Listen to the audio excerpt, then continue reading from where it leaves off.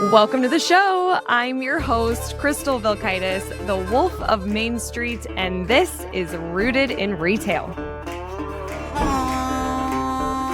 I love doing these panels because I feel like we learn so much from a conversation. It's like being on a fly on the wall, having these conversations with people who are very smart and brilliant. And so to kick us off, I would love for you all to just take a quick 30 seconds, share who you are. I guess everybody did hear from all of you just now, but just again, say your name and company so everybody is familiar and can follow you on social media. Go ahead, Sarah. Hi, I'm Sarah Koutsogiannis. It's okay if you don't know how to pronounce my last name. I married into that family, so it was not my original one. I am with ANDMORE, and like I said earlier, we're with the Atlanta market and Las Vegas market. Amazing. Hi, I'm Jennifer Johnson, and I own True Fashionistas, which is the largest lifestyle resale store in Florida. And I also own The Confident Entrepreneur, which is my podcast, my book, which I'm an author, as well as my small business coaching. Hello, I'm Cathy Wagner from Retail Mavens and the Richer Retailer podcast. And please do me a favor and stop by our table. We don't have to talk to you if you don't want. No worries at all.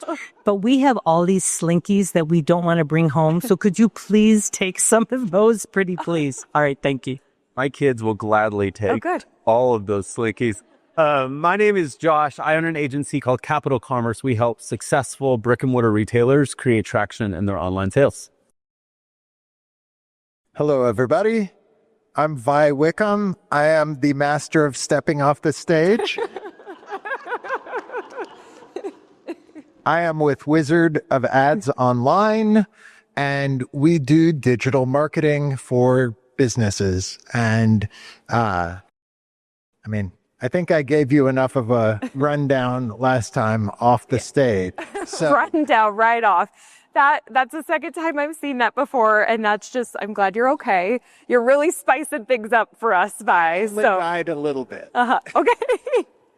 So I want to start with kind of a big question for everybody, and we're gonna keep down this train, Sarah. I'm gonna have you start. What's something retailers worry about that actually isn't worth the energy? So, I'm with the marketplace. I don't have my own store, but from the feedback that we've heard from retailers and the roundtable discussions that I lead at market, a lot of it is just stressing out over having the perfect floor plan, the perfect merchandising displays, things like that. When honestly, in my opinion, yes, it'll look great, but you shouldn't stress out over that. You should be focusing more on the customer experience, building the loyalty. What does your display say? Is it creating the right story that you want the customers to follow the second they walk into your store? Before I started working at ANDMORE Markets, I did internships with Nordstrom's. I worked in retail too. So I understand when you get fixated on merchandising, you really get fixated in on that. So I think that's one thing that I see retailers stress out about when, in my personal opinion, I don't think that you should. Awesome. So I actually have two things that we should not stress out about. Number one is social media. Oh my gosh. How much do I need to post? What days do I need to post? Little claps for that. I heard we want to clap for that. Yeah. How many times a day? What do I put on there? Honestly, just do it. Just put something on there so that you are out there showcasing the best of what you have, and you'll be fine. I promise the people on the other end are not sitting there thinking about, oh, this ad or this picture is terrible. And we're our worst critic. What's that? I said nobody cared. So just do it. Just post it. Don't stress out about it. And the other thing I probably should have said first, because I will raise my hand high. I am the first one to lose sleep over this, and it's reviews. Who in here, when you get an email from Google, with the reviews, you're like, what am I going to say? Okay, I do it all the time. Usually it's good. And sometimes it's not. But the person on the other end that's looking at those reviews, and I'm sure you've heard this, they don't necessarily care so much about what that person said bad about you or good about you. They're looking to see what you say as the business owner. Yep. What does that look like? Yep. Exactly. Right? So keep that in mind when you're stressed out. You can't sleep at night because somebody left you a bad Google review. You can't control other people and what they say, but you can control what you say and how you respond to it, because that is where the gold is. Love it. Great tip. I had something completely different to say, but honestly, right, how many overthinkers do we have here, right? Come on, right? And that is the whole point. Overthinking is keeping you from being the most powerful CEO you can be, because that overthinking keeps you working in your business rather than on your business. And I love what you just said about what you can control. There is so much we cannot control. We all wish we could control the tariffs. Anyone have other better ideas about how to handle the tariffs? Like, right? But, you can only control what you control. And we just taught at our mastermind this whole concept of automatic negative thoughts. I learned about it from Dr. Amen, who's amazing on Instagram, if you follow him, AMEN, and how we have all these automatic negative thoughts that fly around in our head all day long. And you've got to stomp them out. You've got to stomp them out. So really, it's about control what you can control and stop overthinking and stamp out those automatic negative thoughts, those ants. Yeah. I love that. Yeah. This has been great so far already. So when I think where we're wasting our time, honestly, it's trying to be everywhere, which is weird because I'm the guy that's like, hey, you're in store, let's also go online. But especially when it comes to social media, I think what a lot of us do is we try to be kind of good everywhere and we're never great anywhere, right? So instead, here's what I want you to think about. When your perfect customer picks up their phone first thing in the morning, what is the social platform that they click on first? It might be Facebook, it might be Instagram, it might be TikTok, it could be any of those channels, and go all in on that one platform. What is it that makes things take off? What drives engagement? What drives traffic to my store, to my site? Go all in on that one platform. And then it's not like you disappear everywhere else, but you can syndicate that strategy to the other platforms. Is the best Instagram strategy what's going to grow your Facebook? No, it's not. But if you ultimately can measure success based on the platform you're prioritizing, at the end of the day, that's the one your customer's paying the most attention to. So should you. And then that's what lets go of that feeling. Anyone ever had that feeling in the back of your head? Where like, I know I should be doing more. I know I should be doing more. What I want to do is help you, and I know that's their goal as well, or all of our goals, is let you let go of that feeling of I can always be doing more. Instead, let's focus on what's really going to move the needle for you actually growing your social following and traffic to your store and to your site. Wait, I have one follow-up question, because I think that's a really valid point. You don't mind if I ask? No, it's a conversation. What I want to know is, my first thought was, how the heck do I know what my people are doing when they open up, when they open up their phone first thing in the morning? What do you suggest I do to find that out? Well, it starts with knowing your customer, which I could talk about forever. Knowing who your customer is. What life stage are they in? If you know the general age of your customer, you can start to assume what their platform is. If they're really young, assume it's TikTok. If they're right in the middle, they're millennials, then they're probably Instagram. And if it skews older, it's probably Facebook. The reality is, like, there's going to be nuances, there's going to be exceptions, but I think you can, if you know your customer, and then if you don't know, ask like, hey, out of curiosity, what's your main platform? Like when you get that screen time report every Sunday and you figure out how much time you wasted on your phone that week, what was the main platform that showed up on that? I'm just curious. Like for me, it's this, but what is it for you? Yeah. Awesome. Great tips. Well, everybody said things I was going to say. So I totally echo what Jennifer and Cathy were saying about trying to control things you can't control. There's a Buddhist statement that says, don't try to worry about the things you can't control because you can't control them. And many years later, I heard a second half to that I think is just as powerful, which is don't worry about the things you can control because you can control them. So I think those two things really play into it.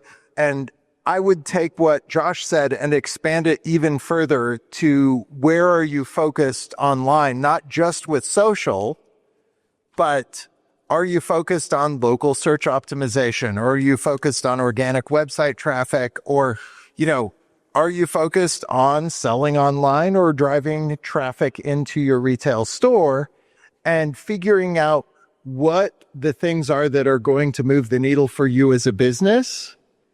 And if it's not going to move the needle, don't worry about it. Like, push it out of your mind and focus on building relationships with customers and creating experiences for those customers.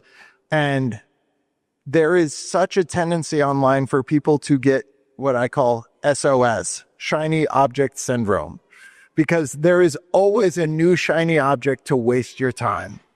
And if you're already doing great on Facebook or on organic search for your website or on local search, and your Google business profile and your reviews are really rocking, like, go deep on that thing. Invest your time and energy on the thing that's really moving the needle for you, and make sure you're getting the most out of that. And don't spread yourself too thin. Such great advice. I wanted to open up with that because I wanted you all to just worry a little less. Like, there's a lot going on, and it's so easy for our thoughts to just take over. And then all of a sudden we don't really know, where am I going? What does matter? How do I get out of this? So excellent advice, you guys. Now, Jennifer, I want to turn to you. You've successfully evolved your business multiple times as a store owner, author, podcaster, speaker. What's the best piece of advice you can offer to retailers who want to evolve or expand their business, or simply feel more confident with where they're headed? So really, it's more of a 3-part answer to this question, because I started out, it was very messy. I had this career in owning my business, my store, and I'm like, I want to do something else. I want to do something that's going to be my personal brand and that kind of thing. And I started a podcast, and I'm thinking, I want to be Martha Stewart. I want to be like Martha Stewart. So I called my podcast The Fashionista Life. And I started having etiquette experts on. We would do, after award shows, we would hash out what people were wearing on the red carpet, all these things. And I'm like, but that's not really what I want to do. So I sat down. This is number one. I sat down and really honed in on what it was that I wanted to do. What was the outcome? Why was I doing this? What is this all about? What is the outcome? So sit down and number one, figure out where you want to be. That's number one. So I did that and realized, all right, I have been an entrepreneur. I've owned a small business retail store for over 27 years. That's all I've done.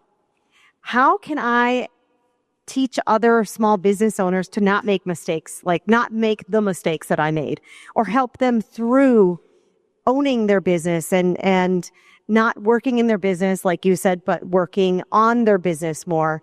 And that led me to really honing in on it. And so what I did was I focused on that very thing for 90 days. For 90 days, I drilled down into what I wanted to do, the subject matter that I wanted, and I worked all aspects of it for 90 days. My third piece of advice is to just do the damn thing. Yes. Just do it. Because we can sit and think about what we want to do, romanticize about it, and give us all that BS that we have in our heads. Well, I can't do that.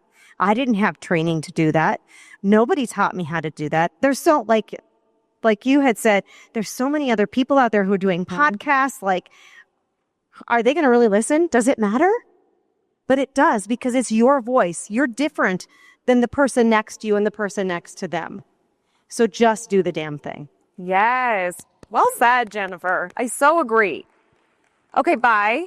You help both local businesses and e-commerce retailers succeed online. What's your favorite digital marketing tip for driving foot traffic? And what's your best tip for boosting e-com traffic?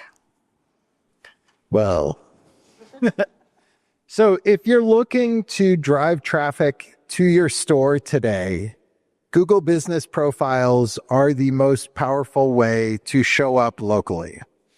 And it's not just about having a Google Business Profile. It's about also syndicating that same information to all of the different sites. So there are a number of services that do this. One of them is the Get Listed program that Crystal does, which is great, but you want to be everywhere, but where you really want to put the most of your energy is on your Google Business Profile. And on the e-commerce side of that same coin, Google has a thing called Merchant Center.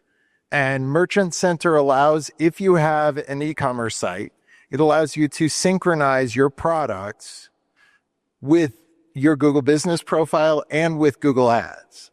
So you're able to do shopping ads and you're able to show your inventory locally on your Google Business Profile. It does take some work. It's a pain in the butt. There are apps that help make it easier, but having a Google Business Profile that really rocks and having Merchant Center integrated is one of the most powerful things you can do as a local retailer to show up when people search for the products you sell locally. Love it. Awesome tips. Let's stay on this e-com train. Coming to you, Josh. E-commerce can offer big rewards, but it can also waste time and money. So from your perspective, what are successful retailers doing differently to achieve meaningful results, generating lots of sales online? I love the question. I will say, what makes it a big waste of time and money for a lot of retailers isn't even what they're doing, it's what they're believing. And when we go into e-commerce because we are scared and we think that we have to, at the end of the day, if you don't want it, if you don't want to be online, if you have no desire for it, is your positive energy going to go towards that? Or is something always going to come up in store? Right? Have any of us experienced that where we try to go into something we're not really excited about? Which means we can either shift our beliefs around e-commerce and decide like, okay, this is an amazing way to serve our customer, or let's focus on the thing that we want to focus on. So it's not even what we're doing, it's what we're believing. Now, if we talk about what they're doing differently, the brands that are succeeding really well online recognize that in store, they do more than sell products, right? People visit your store and it's not any one product that you sell, it's your curation. It's your expertise. It's the experience that you offer. And so what that looks like is the brands that struggle are very single product focused. So they run a ad to a single product, and then the ads agency is like, well, hey, that ad's doing great, but you're sold out already. Can you get more? And you're like, no, the vendor actually doesn't make this. Instead, we want to be driving traffic to people that resonate with our brand. They resonate with us and our curation and what is it that we really do for our customer. And when we can build our online experience around that and not us just being the conduit to the brand that they actually have loyalty to, let's build loyalty to us instead. So that's the big shift that successful retailers are having, is it's not about driving traffic to other people's brands. It's about driving traffic to your expertise, your curation. Love it. Well said. Sarah, retailers are always looking for smarter ways to source products and save money. What's one creative or insider strategy indie retailers can use, whether buying at markets or through reps, to negotiate better terms or significantly boost profitability? Always ask for show specials at market. That is the first thing I tell buyers and retailers, whether it's with a vendor that you typically sell and carry in your store or it's someone new. Do not be afraid to walk into the showroom and be like, what is your special? What can you offer me today at market? Because their specials at market are completely different than the ones that they have on the road throughout the year. It's usually a better deal too because you're there, you're at market, and you're walking through the door. The other thing too is time is money. A few years ago, pre-2020, people would come to market for like 5 days. It was like a leisure trip, business trip. You're walking around. Now, today, life is expensive. Hotels are expensive. Flights are expensive. You don't have the time to be away from your store for that long. You have to get in and get out. So my biggest tip that I tell retailers, whether you're new, lapsed, or you've been coming for years, is make sure you have a game plan before you come to market. So plan out your market, do the reps that you need to, that you already know, that you want to go in, touch base, do your typical reorders, but then save some time for exploring new categories. Like you will find so many great new lines and categories from just walking our temps and walking the floors. And trust me, I know Atlanta is like a rat maze. I can get around like with my eyes closed. I get lost in Las Vegas. It's ironic. I understand, but it's very overwhelming when you come to market because there's so many buildings, so many new things to see. You kind of get lost track of time. So it's cleaning your market. And we're also developing a new buyer toolkit for you guys. So it's everyone speaks a different language when you come to market. Like what you say internally to your team is the vendor's saying the same thing, but they're calling it something different. So it's how to plan your market effectively. Here are the common used terms that everyone uses whenever you're there at market. Questions to ask, like don't be afraid to go in there with like specific issues that you've had with that product and like, is there something better that they can do for you? So that's basically my advice. It's what I tell all the buyers constantly. It's things that I've heard from buyers at roundtables too, is like come in with a market plan, send it out to your team that's coming with you, make sure everyone's on the same game plan, and ask for show specials. Don't be afraid to do it. Yeah, such great tips. Are you looking to be the retailer that everyone knows and loves? If you are, we can help support you inside of the Independent Retailers Association. We have a lot of different tools that can help you grow your visibility, connect deeper with your customers to really create lifetime relationships. We've got training on marketing and social media kits to make social media so easy for you every single month. Plus, we have an amazing community inside that you can ask questions and get advice and share your wins. I'm in there, my team's in there, and all of our other hundreds of retail members.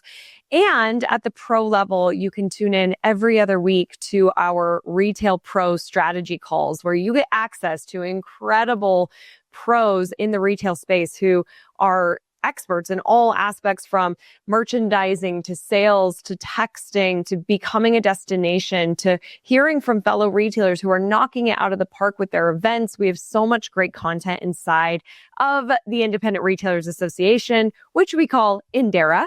So we have a couple of different levels that you can join, starting at just $25 a month. I would love to see you inside. This is a way for us to connect, go deeper, and really help grow your business so you can become the store that everybody knows and loves. We'd love to see you there. You can go to joinindera.com to learn more. That's joinindera.com.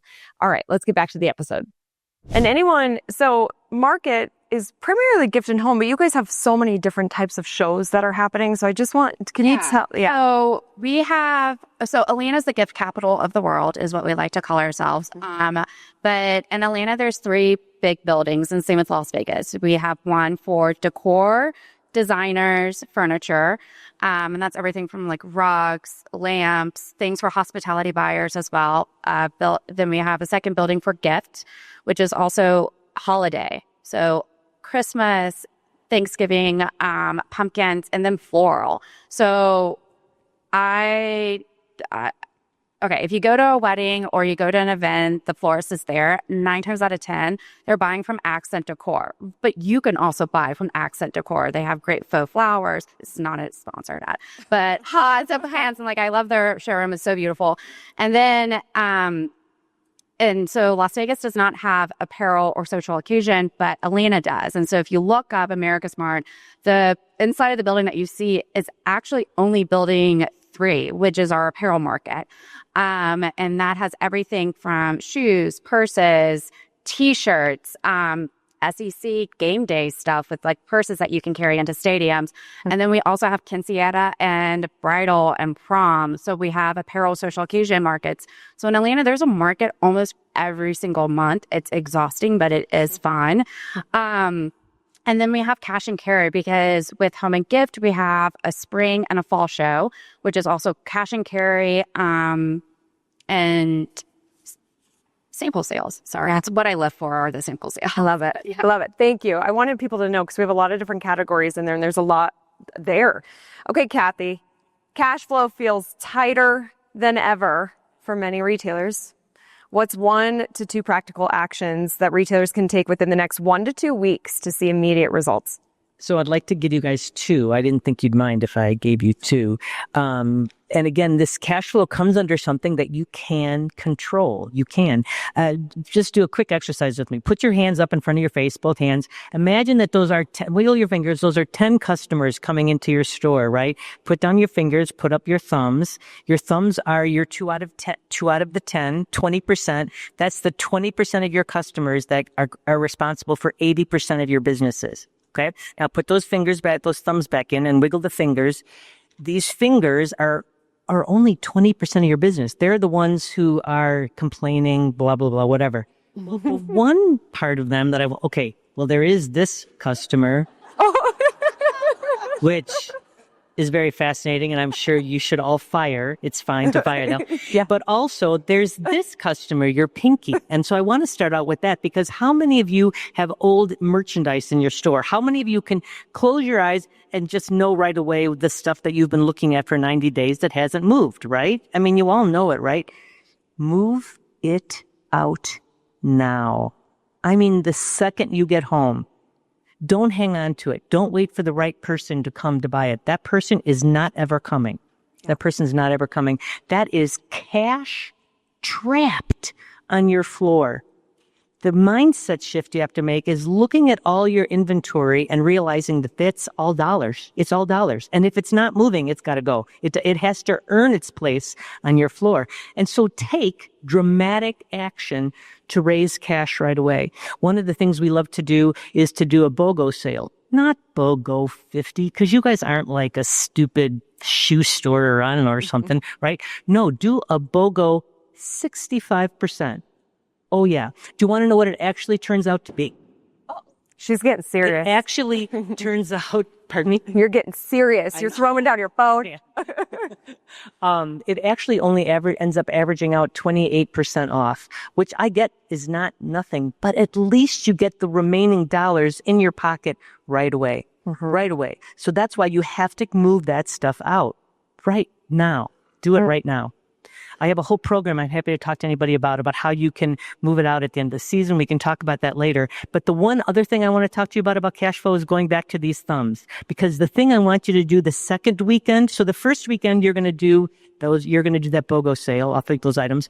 The second weekend, what you're going to do is you're going to dream about what it is you think that your thumbs would want to do in your store. What would they like to do? What would be fun for them? Because it can be anything at all. You guys know that, right? Because your people love you. Because you've created this community that Josh was talking about. They want to give you money. You have to give them a reason to. That's what you have to do. So think of a fun idea. Or you could also just do a Facebook Live. And what I mean by Facebook Live is that has to be different now. I know you guys know that. You have to do the QVC selling style. We have a podcast episode in the Richer Retailer. It's number 15, I'm pretty positive, that talks about how to do a QVC style sale. And you can do it to move some of that BOGO merchandise. You can advertise it as a BOGO sale, and that's going to get all your pinkies to come in. Or you can talk about, oh my gosh, let's talk about let's talk about the colors for spring. It's all about pink, isn't it, Jennifer? Look at Jennifer. And pink and yellow. There you go. And you can say, listen, you guys can be the first to know. But you don't make your Facebook Live simply an educational thing. Expect to sell those products and make money from it. Your people want to buy from you. They do. So just let them. Just say yes. Love it. Awesome. Such good tips. Who's going home and getting rid of old inventory right away? Who's doing it? A few of us. Okay. I like it. All right, I want to talk briefly about e-commerce, because over the years, retailers are really conflicted on, do I sell online? Don't I sell online? Okay, now I have a website, but now I'm not really seeing the sales, or I am seeing the sales. Do I keep my brick and mortar? And last night I talked to somebody who was saying, can you point me in the direction of a retailer who's doing brick and mortar and online well? There's so much around this. And so I would love to know, and I want you to kick this off, Josh, since you're our e-com guy. How does a retailer figure out what's truly best for them? Like you said earlier, what do you want to do? You know, you should really lead with that, obviously. But I mean, there's a lot of pressure and the consumers are online. And this is where I want the panel's take on this too. But Josh, kick us off. How can they figure it out? This is a big question. Okay, here I have a quick question for the room because there's two sides to this answer.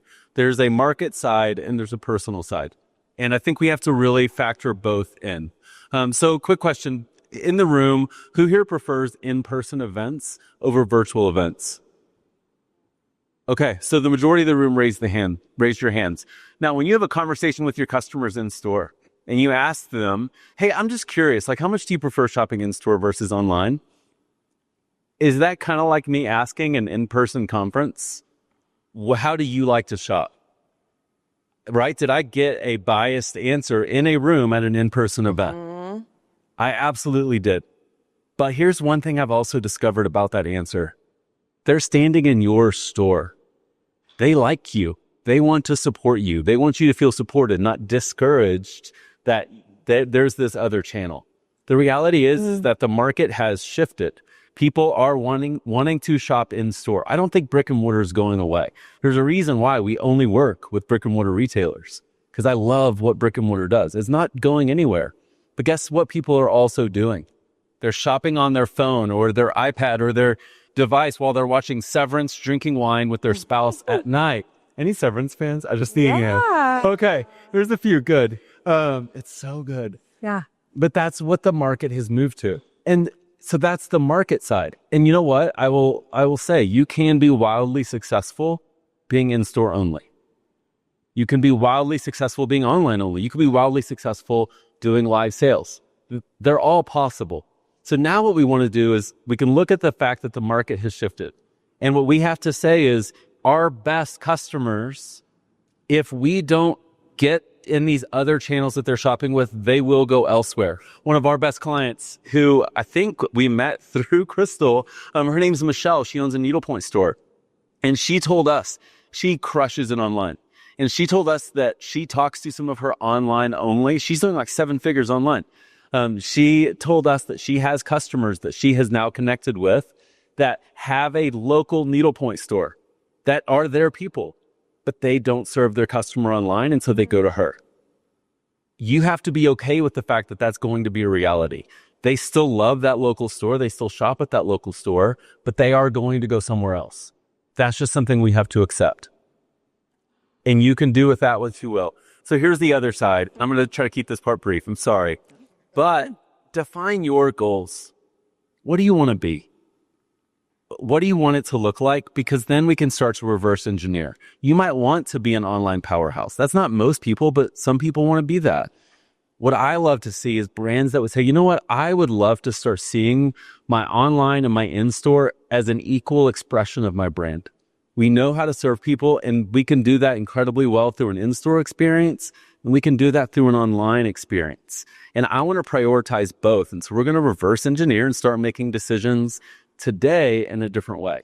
Or you might just want to be a store that has a website, and that can be fine. It's a way to serve your local customer. It's not really built to convert cold traffic. It's going to be built on the trust that was built in store. And some of you might just want a catalog for local people to browse before they visit. None of those answers are wrong, but instead I think a lot of us just have this desire for more, and we end up always having that feeling like I could be doing more. So define your goal, and then let's reverse engineer back, but knowing that any of those goals can absolutely happen. Well Is that helpful? said. I feel like that was excellent, Josh. Well said. Vi, I'm curious your thoughts, because you obviously manage and build e-com. You're sending a lot of traffic. You have very successful e-com retailers. What do you think?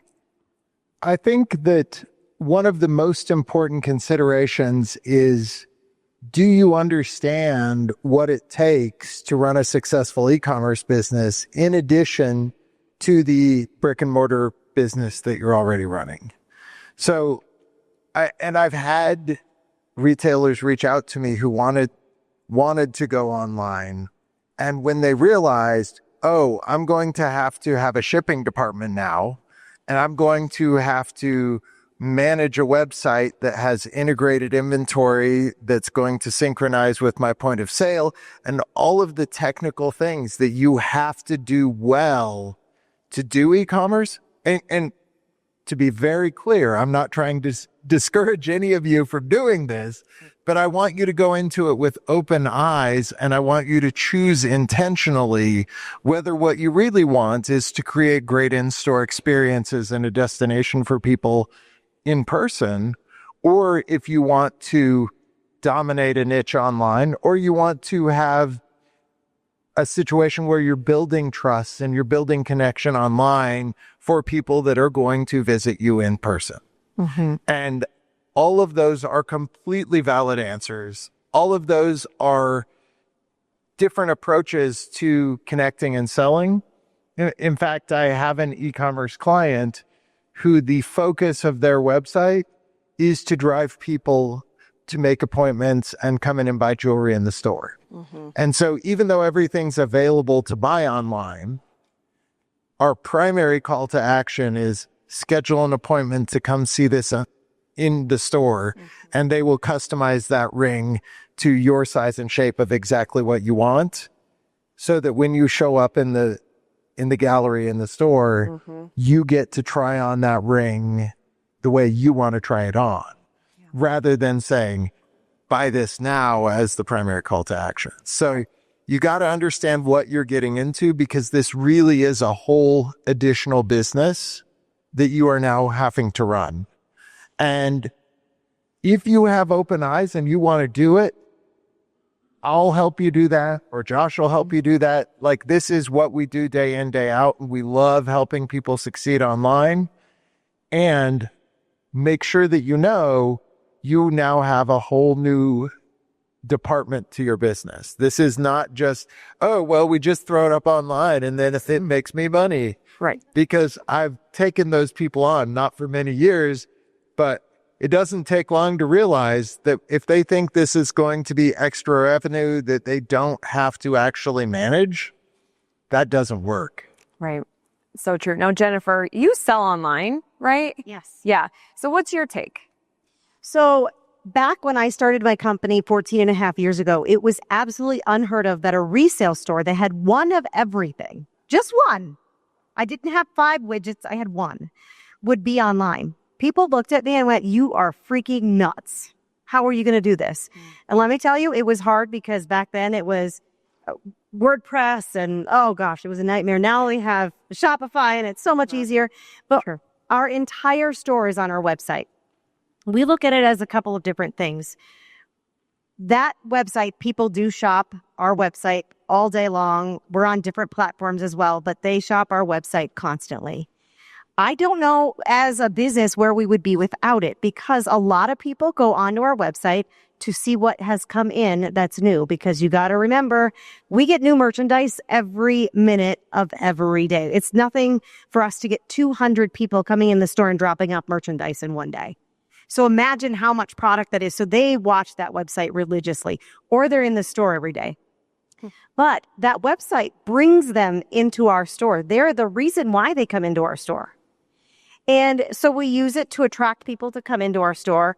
And then the other really important thing that we use our website for is to get emails. And it's something that so many people have gone away from because social media was the whole push.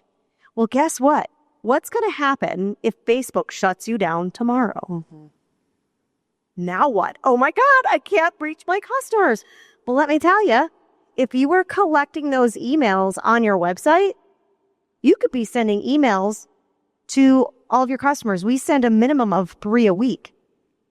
The other thing, Yeah, I know. the other job that you can also be doing is collecting phone numbers.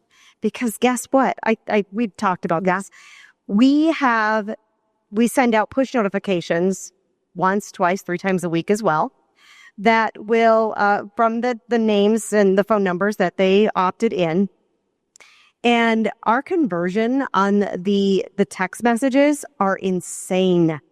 I mean, there was one sale that I'm thinking of that I think it was upwards of like 40 grand that we did in one text message. So if not for, putting your pretty products online and everything, collect their emails and collect their phone numbers, because it's going to be a huge part of your business. Yes. I'm going to show that text example in VIP day. I want to echo that social media is an amazing way to connect with people, but you have to pull them into resources that you own, Yes. which is your website and your email list and your text list. Jennifer's nailing that. And that's 100%. You got to think about this like a funnel, and you're building a gravity well around your business where you're pulling them into tighter and tighter connection. Yeah. And on that, ultimately, if you're only on Facebook or Instagram, Facebook and Instagram owns your audience. Mm-hmm. And once you flip the switch and you own the audience, it could really move the needle in your business. Mm-hmm. So Can I just say something on this? Because I talk with a dozen of brick and mortar retailers every week, that some of us in the back of our head were like, 3 texts a week, I would unsubscribe from you so fast. Anyone think that? Yeah. Yeah. Okay, one of the biggest mistakes you can ever make is deciding your marketing strategy based on how you like to be marketed to. Yep. At the end of the day, none of us woke up and were like, I want life insurance. No. You know what happened? A terrible friend gave your phone number to a guy that bugged the out of you for weeks. Uh-huh. And then you get a call, and then all of a sudden there's a needle in your arm because you're scared you're going to leave your spouse, all this stuff, right? That's not how we like to be marketed to, but it works. So at the end of the day, letting go of that fear and realizing your customers want to hear from you, which means we need to be capturing every single email that we possibly can. No one should be checking out in your store without getting an email. And if you're curious on how to do that, especially if you're insecure about email, the easiest thing, blame your screen.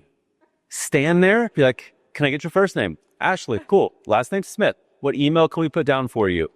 And they may say, no, thank you. And you say, okay, your total is, but guess what? Majority of the time, they're going to give you their email address. Mm-hmm.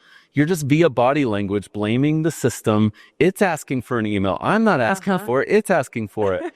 But it will increase the amount of emails that you are getting significantly, because otherwise we're going to start to ask for it. I'm like, hey, if you want to sign up for our email list, we have early access, and we're also going to send you in. Yeah. You're like, you don't even think I should get these emails. It's so true. So true. Get those emails. Don't worry about annoying people. If you're not getting unsubscribed, you are not emailing enough. Yeah, so true. Kathy, do you have anything to add to that? Kathy always has something brilliant to add to that. That's a silly question. I want to refer to you, honestly, Josh. When I interviewed you on the podcast, we talked about, so what's the best number of emails to send? What do you say is the best number? Do you remember what you said? There's not a magic number, but until you're emailing twice a day, you can increase. What he said is, ask the person, how many emails are you sending now? Add another this week. I tell most people to go from if you're at one a month, go to one a week. And if you're at one a week, go to twice a week. If you're at twice a week, go to 3. And look, there has to be a strategy, a system. I'm not just trying to add work to you, but honestly, email is the lowest hanging fruit of all. If I had to, and Crystal may disagree, I don't know if you would, but if someone asked me, should I be on social media or doing emails? I literally can only do one. I have to pick. I would say do email and delete all your social accounts. Yeah. I believe so firmly in it as the low hanging fruit of all of marketing. Yeah, you got to own the list. I can tell you that she actually did say that. She actually did say that to me. But that was her number one thing. Really, her email. Yeah, it's true. Email's true. So true. Well, and going back to how to sort of wrap this all up. Well, no, Colin. Come on, Kathy. It was about cash flow. Can I just share one more thing about Yeah. This fabulous idea that I got from Josh, and I think Nick echoed it too, is the whole thing about your store, what makes your store you is your community, right? I mean, you guys, how many of you value and understand the community you have, right? And they want to hear from you. And so that's what you have to think about those emails. And the email suggestion that Nick and Josh made was sending out a plain text email, meaning that it's not formatted how your usual emails are. It's just a regular format. Listen, how you feel about the world is exactly how your people feel about the world. This isn't a political thing. It's nothing to do about that. But yeah, I had a client at a yarn store send out an email about how I wanted to do something if it was for Valentine's Day. And she said, I just feel kind of icky and uncertain about the world. Like, this is what she said in her email. And she doesn't really talk like this so often to them. So they knew she was talking to them, right? And she said, but there's just nothing like starting a new project and putting that yarn on and casting on that brings me peace. If you feel that way too, I'd like to give you. And then she gave them a specific weird dollar amount, because weird dollar amounts work. So she gave them $14 off. And then she decided to make it off of a $61 purchase, because she said, in my 61 years on this earth, I have never felt how I feel now. And I just want to do something for you guys. And honestly, the sales were amazing. But, it gives me chills. You know what was even more amazing was the number of people that hit reply and emailed her back and just thanked her. It was such a great way of building their community. And that's the beautiful thing about online, is that it's not just people buying at the lowest price. People go to Amazon for that. We all know that they do, but they don't go to you for that. They go to you for that to support your community and to be part of your community. Yeah, it's so true. And Sarah, I know you're in the market world, but do you have anything to add from an e-com perspective? I've talked to retailers that are 100% e-com, do half and half, or solely believe in only having their brick and mortar because consumers want to come in to touch and feel the product. I think it's beneficial to do both if you can do it. But that's pretty much it. But to go to the email, like standing at the counter, I was kind of going crazy with my Christmas shopping, and I'm sitting there, I'm looking at the total, and I'm like, oh my God, what am I spending? And they were like, if you give us your email today, you get 15% off. I gave them my email so quickly, and I actually read the emails, and I'm not really like an email person because I had to create a new Gmail account because it was getting so spam. But I gave my email with the 15% off to help myself feel better with how much I was spending. Yeah. From a consumer perspective. Exactly. For sure. It's so good. You have to do it. Okay, guys. Last question, my favorite question that I always ask in the resilience round for those of you who are listeners is, what does the future of independent retail look like? And so this is rapid fire. And Sarah, I'm going to have you kick us off. I think it's strong. Honestly, I think that people have become more savvy with how they run their business, how they connect out with their retailers, getting them in. I think the products that we have on the market are great. Everything has a story. People are looking more towards made in America stuff too, which is becoming really popular on the vendor and consumer side.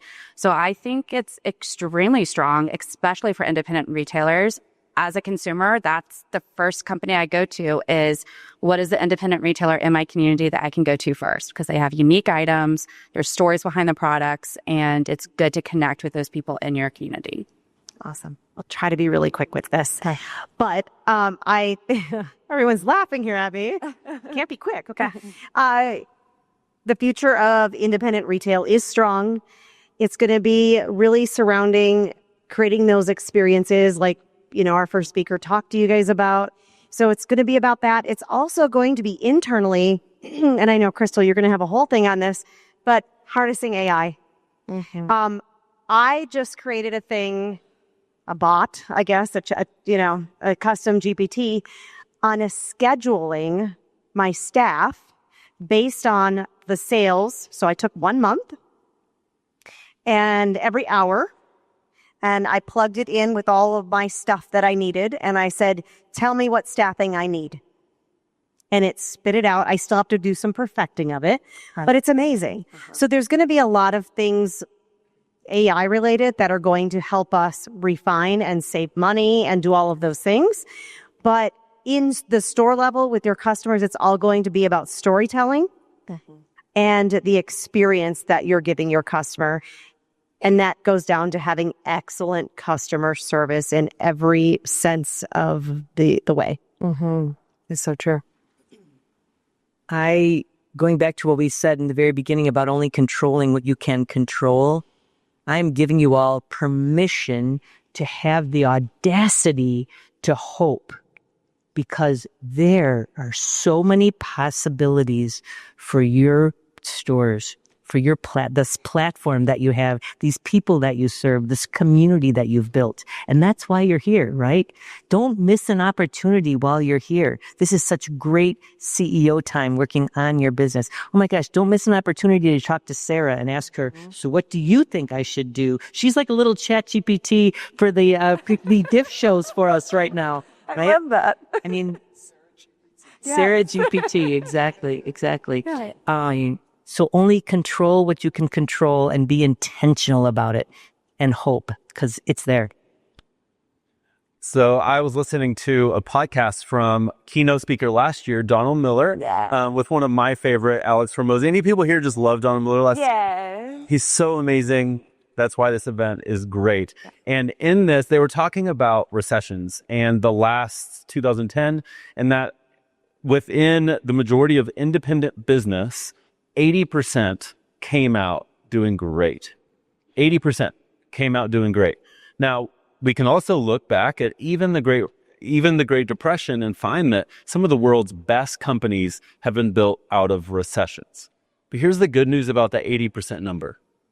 That means that whatever the future has over the next couple of years, we only need to be in the top 80%. Do you know how bad you have to be to fall in the bottom 20? And do you think that the bottom 20 is in rooms like this? Do you think that so here's the deal. We can believe and truly believe we will be okay. Is it going to be hard? Yes. Is it going to be real? Yes. But can we control the things that we can control and make it out of this stronger than ever before? And you know what? That bottom 20%, like their customers now are going to need places to go, and you get to be there for them. So be in the top 80%. That's not even a big goal. Like, I hope your goal is like, what, that? Like, no, like, I want the top 5%. Yeah. Let's go for that. But take some encouragement that you will be okay. That's where retail's headed. You're going to be fine. Yeah. So I think you all have said awesome stuff. I think that you need to be creative. You need to use technology that's available to you to increase your efficiency, to increase your ability to create connections with your customers, to build trust with your customers, to create experiences that last and make you a destination, because those are elements that will always win. You know, do the things, actually Jeff Bezos said this, that everybody is focused on, no, like, I understand, like. Do you know what room you're in by? Don't throw stones. No, so he's a brilliant guy. I don't like what he's doing either in a lot of respects, but he built his business focusing on the things that don't change. Right. So if you can focus on the things that don't change rather than the trends and the passing fancies, build your business on the things that don't change. Create trust, create experiences, do those things that connect you with customers and build those relationships, and you will outlast everybody else, because hard times build resilient businesses. And you out there all are poised to be those resilient businesses if you keep your focus and don't be distracted by shiny objects. Yes. So true. I so agree. You guys, give this up for our panel. Very insightful, great conversations, and the future's bright. I think the future is bright. I think it's the independent era. Thank you so much for listening to the Rooted in Retail podcast. It means the world to me to have you here. If you find value in this show and you listen on an iPhone, if you could leave a review on the Apple Podcast app, that would be amazing. And if you watch YouTube, if you're a YouTube subscriber, we film this. And so if you rather watch the show, you can also do that over on YouTube. Again, thank you for listening, and I'll see you on the next episode.